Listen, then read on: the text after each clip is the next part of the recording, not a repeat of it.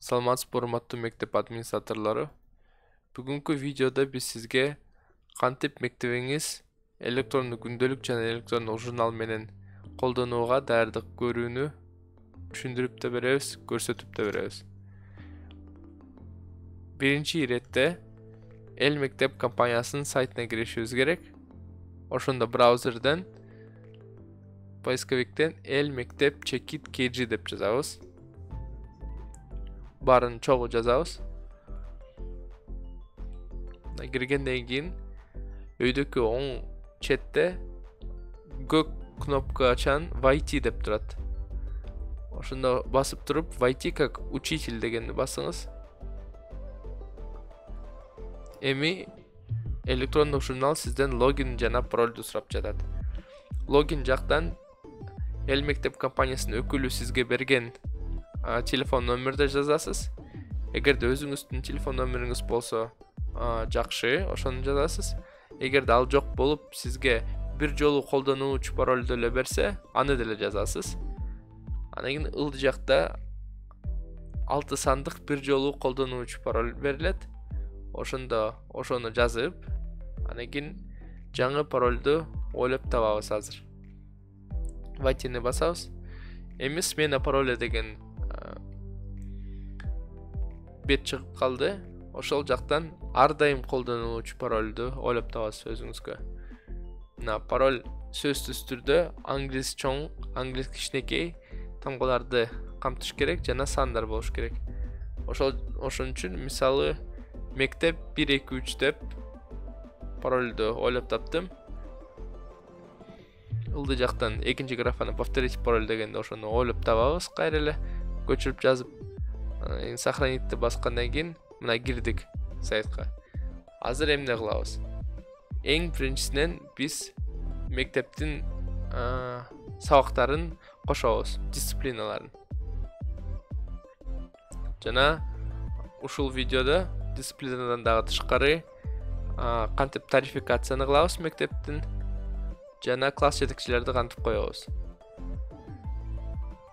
Жана кээ бир учурларда мугалимдерди кантип кошсок болот деген суроолорго жооп беребиз.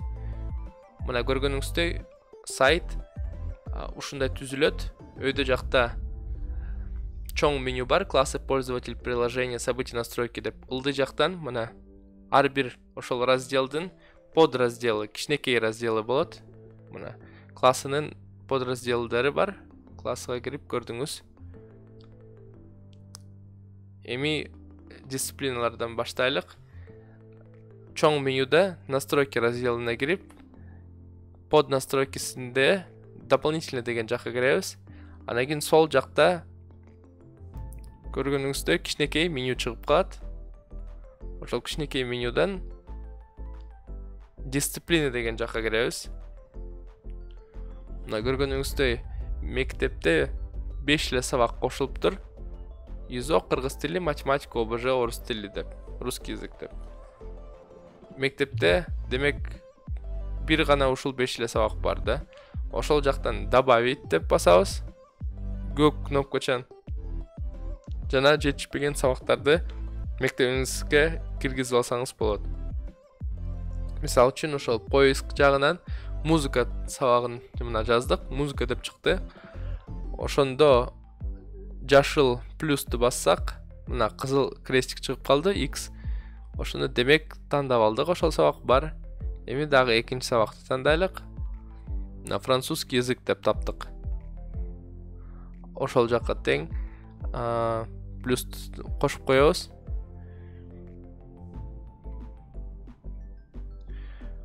Сабактарды кошуу принципи сизге түшүнүктүү болду дейм. Эми кантип ушул сабактарды сохранение кылсалат. Мына мисал үчүн караңыз. Поисктен орус тили деп жаздым. Орус тили деген чыкты. Бул демек кыргыз мектептерде русский язык деп эмес, орус тили деп жазабыз да. Эми сохранение кылайлык. Айтканыбыздай, эң ылдый жакка кирип туруп, принять изменение деген жер бар. Ошол кнопканы басабыз, көгүш түстө. Мына бассак көргөнүңүздөй мына французский язык менен OBJ сабагы жана музыка сабагы кирип калды.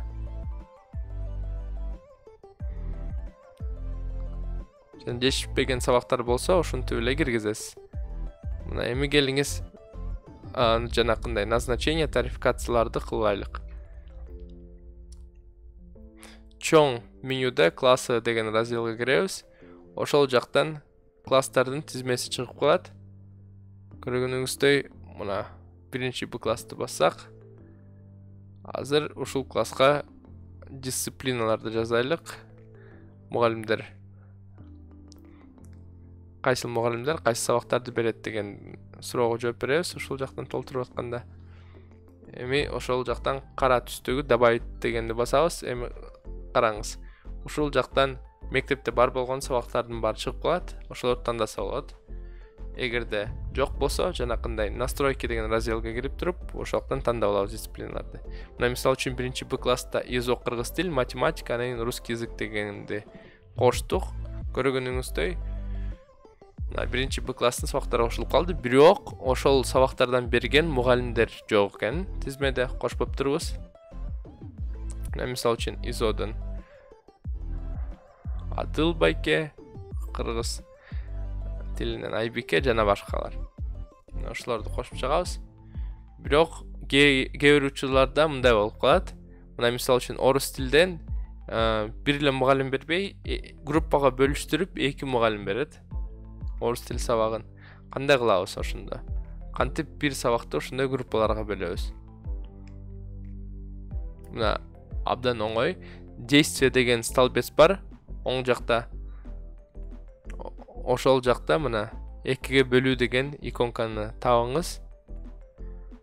Ошо иконка табылды. Ошону бассак, мына жаңы окно чыгып калды. Ошол жактан группаларга аттарды коюңуз деп чыгат.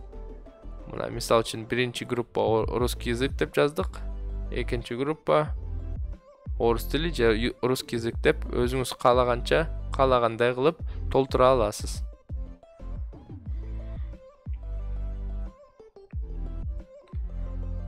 Толтурдук, анан сохранитти басабыз.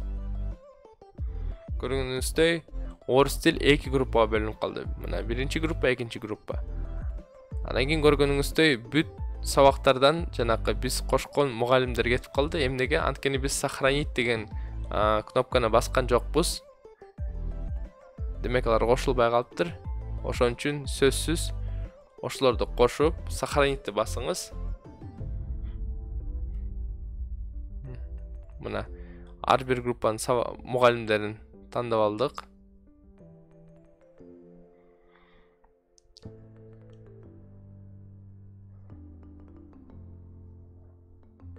Ошондо эми ар бир баланы караңыз. Сөзсүз түрдө ошол класстан группаларга бөлүшүбүз керек. Мына 2 группаны кошкондо автоматтык түрдө бардык окуучулар биринчи группага кирип калат. Анан кийин мугалимдердин приложениясында, мына мисалы үчүн биринчи группанын мугалиминин приложениясында бардык класстагы балдар, кыздардын баары болуп калат. А экинчи мугалимдики экинчи группаныкында жок. Мына ошон үчүн караңыз. Ушинтип группаларга бөлүп чыгабыз ар бир баланы. Мына биринчи группа, экинчи группа деп сохранитти бастык. Эми мугалимдердин приложениясында туура маалымат чыгып калат. Мына 2 бала ушул биринчи Б класста орус тилден биринчи группага барат, 2 бала экинчи группага.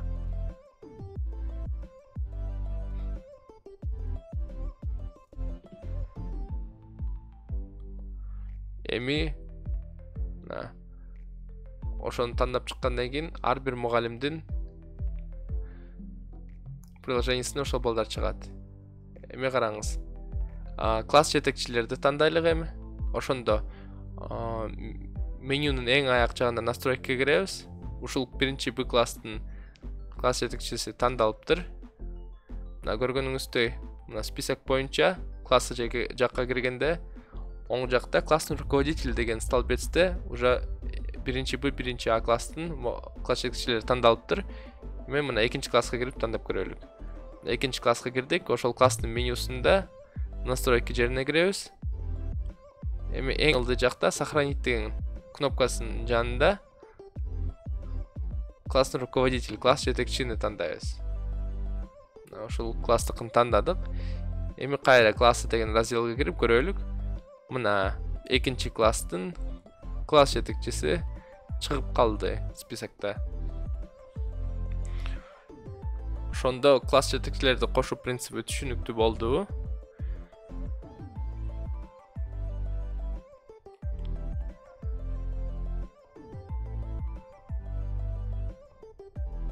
Мына кээ бир учурларда ошондой мугалимди ошол сабакка кошоюн десем, ушул сабактан берет деп кошоюн десем, жок болуп калды да списокто. Такыр жок, эмне кылыш керек? Мугалимдердин тизмесинде жок. Ошондо өйдөкү чоң менюга кирип, экинчи разделы мына пользователь деп турат, ошол жака киребиз. Анан кийин ичинде 3 подраздел бар. Сотрудники УЗ деген мына мугалимдер демек, учащийся демек, окуучулар демек. Мына окуучулардын тизмеси, родители деген ата-энелер демек. Ошондо сотрудники УЗга киребиз.